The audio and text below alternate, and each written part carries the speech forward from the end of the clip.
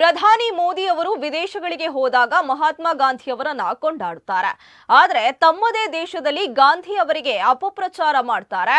ಇದು ಹಿಪೋಕ್ರಸಿಯ ಒಂದು ಭಾಗ ಎಂದು ಮಾಜಿ ಸಚಿವ ಬಿ ರಂಗನಾಥ್ ರೈ ಹೇಳಿದ್ದಾರೆ. ಮಂಗಳೂರಿನ ಮಲ್ಲಿಕಟ್ಟೆಯ ಕಾಂಗ್ರೆಸ್ ಭವನದಲ್ಲಿ ಆಯೋಜಿಸಿದ ರಾಷ್ಟ್ರಪಿತ ಮಹಾತ್ಮ ಗಾಂಧಿ ಪುಣ್ಯ ಸ್ಮರಣೆ ಕಾರ್ಯಕ್ರಮದಲ್ಲಿ ಮಹಾತ್ಮ ಗಾಂಧಿ ಭಾವಚಿತ್ರಕ್ಕೆ ಪುಷ್ಪ ನಮನ ಸಲ್ಲಿಸಿ ಬಳಿಕ ಅವರು ಮಾತನಾಡುತ್ತಿದ್ದರು.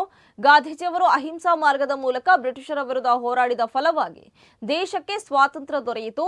ಪ್ರಪಂಚದಾದ್ಯಂತ ಬಾಪು ಅವರ ಜೀವನ ಮಾದರಿಯಾಗಿದೆ. ವಿವಿಧ ದೇಶಗಳು ಮಹಾತ್ಮ ಗಾಂಧಿಯವರ ಸ್ಮರಣಾರ್ಥವಾಗಿ ಪ್ರತಿಮೆಗಳನ್ನು ನಿರ್ಮಿಸಿ ಅವರನ್ನು ಶಾಂತಿ, ಮಾನವೀಯತೆ ಮತ್ತು ಅಹಿಂಸೆಯ ಸಂಕೇತವೆಂದು ಗೌರವಿಸುತ್ತೇವೆ.